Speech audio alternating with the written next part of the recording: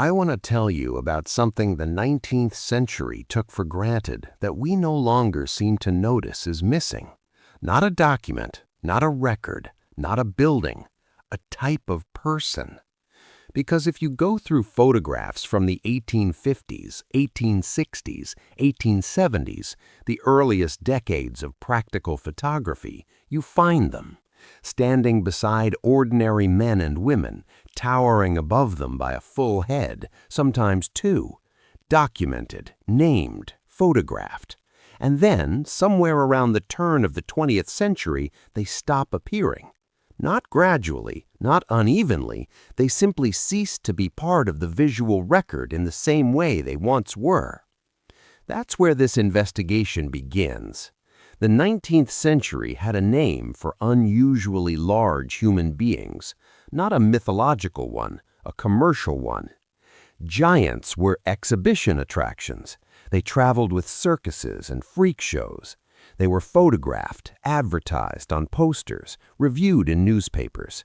They were part of the public visual landscape of the Victorian world in a way that is difficult to fully appreciate today because we have stopped seeing them. Hassan Ali, billed as the Egyptian giant, stood 7 feet 11 inches and performed in the Barnum and Bailey Circus. Franz Winkelmeier, known simply as the Giant, stood 8 feet 9 inches, so tall that the specially selected tall soldiers of Emperor Wilhelm, men chosen precisely for their impressive stature, were dwarfed beside him. There are posters, there are photographs. These were not legends, these were working performers with contracts and touring schedules. Jack Earl, who grew to 7 feet 7 inches due to acromegalic giantism, traveled with Ringling Brothers and Barnum and Bailey for 14 years.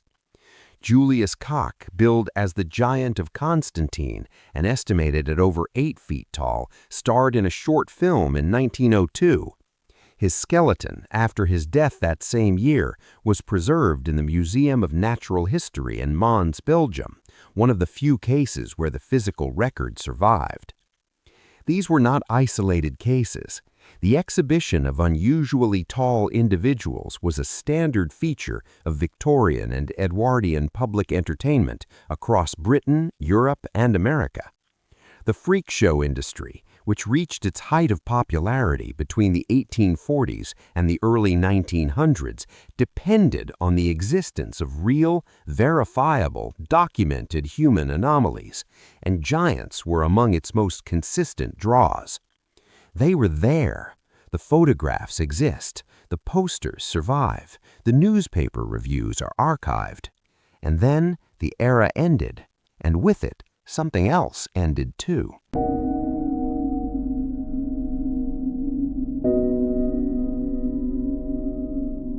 Here's where the story splits into two parallel tracks that I don't think have ever been properly placed side by side. While living giants were being photographed in circus tents and advertised on posters across Victorian cities, another category of giant was being pulled out of the ground across rural America. Between roughly 1840 and 1920, the exact same 80-year window when documented giant performers were a normal feature of public life, American newspapers printed hundreds of accounts of unusually large human skeletons being unearthed from burial mounds, caves, and construction sites. The Cleveland Herald, in September 1845, reported a skeleton from Franklin County, Tennessee, found 50 feet below the surface during the digging of a well. The thigh bone alone measured 5 feet. Physicians from Nashville examined it and declared it human. The New York Times in 1885 ran the headline, "Giant Skeletons Discovered in Ohio Mound." The St. Louis Dispatch in 1891, "Skeletons Measuring Over 9 feet Found in a Cave." In 1902, the New York Times again, "Skeletons of Enormous Size Humans Found in New Mexico." These were not fringe publications. These were the newspapers of record in their cities, and the descriptions across these reports had a consistency that is difficult to dismiss entirely. Elongated skulls, double rows of teeth, femur bones far exceeding those of any living man, copper artifacts and worked stone found alongside the remains, evidence of organized burial. a pattern repeated across Ohio, Nevada, Arizona, Tennessee, Mississippi, New Mexico, spread across the continent over 8 decades. And many of these finds were reportedly sent to Washington, to the Smithsonian Institution. The Smithsonian's relationship with human remains from this period is documented, not speculated. Throughout the late 19th century, the institution's Bureau of Ethnology actively encouraged those excavating Native American burial mounds to send their findings to Washington. The result was enormous. When Congress passed the Native American Graves Protection and Repatriation Act in 1990, requiring institutions to inventory and return human remains to their communities of origin, the Smithsonian reported holding approximately 17,000 sets of remains collected from Native American sites. Today, it still holds roughly 10,000 in storage. That is not a small number. That is a century of systematic collection. Now, here is what the official account does not address. In 1934, the Smithsonian's own curator of anthropology, Alice Rudlitska, declared that no race of giants between 7 and 8 feet tall had ever existed in North America. He attributed the decades of newspaper reports to what he called the will to believe. Case closed, officially. But in 1895, the New York Times had documented a 9-foot skeleton from a Tennessee cave being sent directly to the Smithsonian. There is no record of what happened to it after that. Not lost in transit, documented as received, and then absent from any public accounting.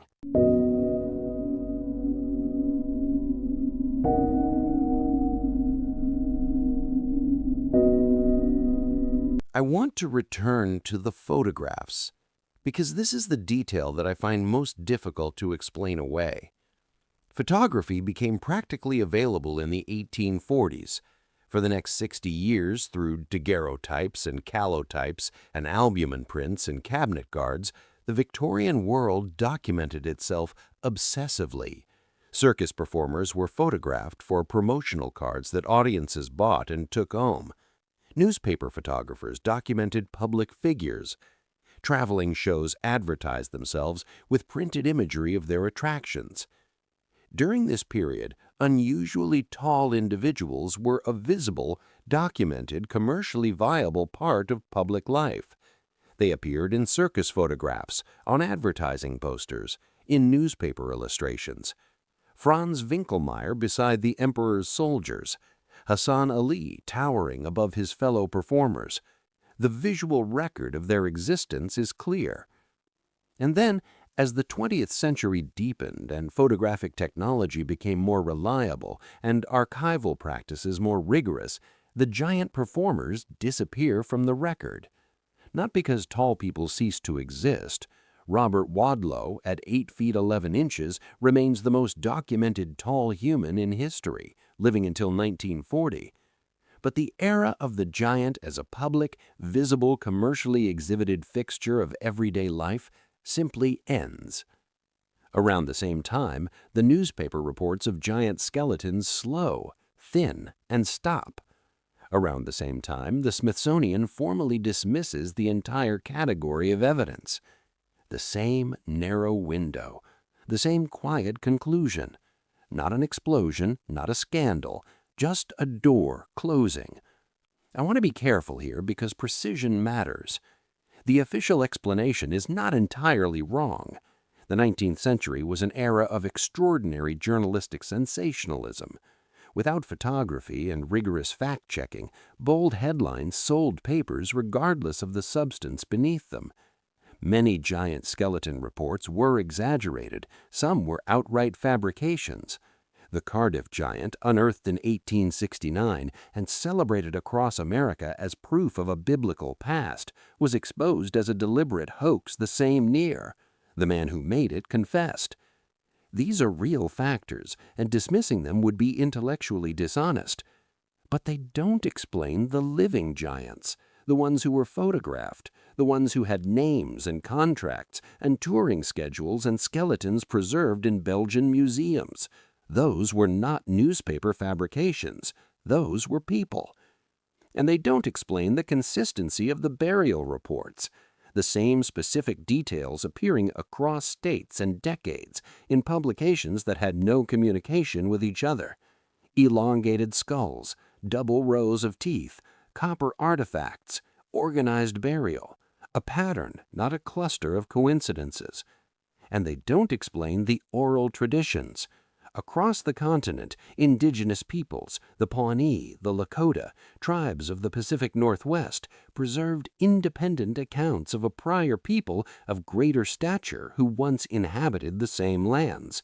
Not children's stories, serious historical traditions, geographically aligned with the locations of the 19th century discoveries.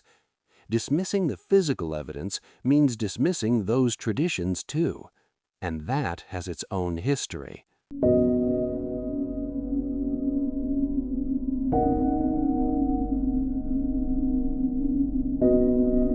Here is what I keep returning to. The freak show industry, at its height between the 1850s and the early 1900s, created an economic incentive to find, exhibit, and document unusually large human beings. If they existed in the numbers that the 19th century record suggests, that industry would have been the first to preserve and exploit them. And it did. For 60 years, it did. Franz Winkelmeier, Hassan Ali, Julius Koch, Jack Earl, documented, photographed, real. And then the industry collapsed. Not because the audience disappeared, not because the performers vanished. The laws changed, medical ethics shifted. The exhibition of human physical difference became socially unacceptable in a way it hadn't been. By the 1940s, the freak show era was effectively over, and the economic incentive to find, exhibit, and document unusually large individuals was gone with it. What filled the space the industry left was institutional science, and institutional science by 1934 had already reached its conclusions. No giants, never were, the will to believe. The same decades when the pre-1900 hospitals were demolished, the same decades when the 1890 census was destroyed, the same decades when the old maps stopped showing Tartaria, the same quiet, coordinated replacement of one version of the record with another. Not an explosion, a door closing. Out of 80 years of newspaper documentation, hundreds of reported finds, and decades of institutional collection, almost nothing survives for independent examination. Some specimens were lost to poor storage. Some were repatriated under later legislation to Native American communities, entirely appropriate and legally mandated. Some were almost certainly misidentified animal bones or deliberate hoaxes that deserve no preservation. The official explanation is not entirely wrong. It never entirely is. But the living giants were real. The photographs prove it. The posters survive. The museum in Mons, Belgium still holds Julius Koch's skeleton. That much cannot be argued away. And the question that the official explanation never quite reaches is this one. If human beings of extraordinary stature were a documented, visible, commercially exhibited part of Victorian public life, if they walked into rooms and stood on stages and were photographed beside ordinary people who came up to their chests, then what does it mean that the burial record of the same era contains bones consistent with exactly that scale? Bones reported with the same specific details across states and decades. Bones sent to an institution that collected 17,000 human remains and still holds 10,000 in storage rooms the public never sees. What does it mean that the window in which the living giants were documented is precisely the window in which the bones were reported, collected, classified, and then officially declared not to exist? The posters are still out there. The photographs are still out there. The museum in Belgium still has Julius Koch. And somewhere in the storage rooms of the most visited museum in the world, in drawers and boxes that are cataloged but not displayed, there are bones. We just don't know whose.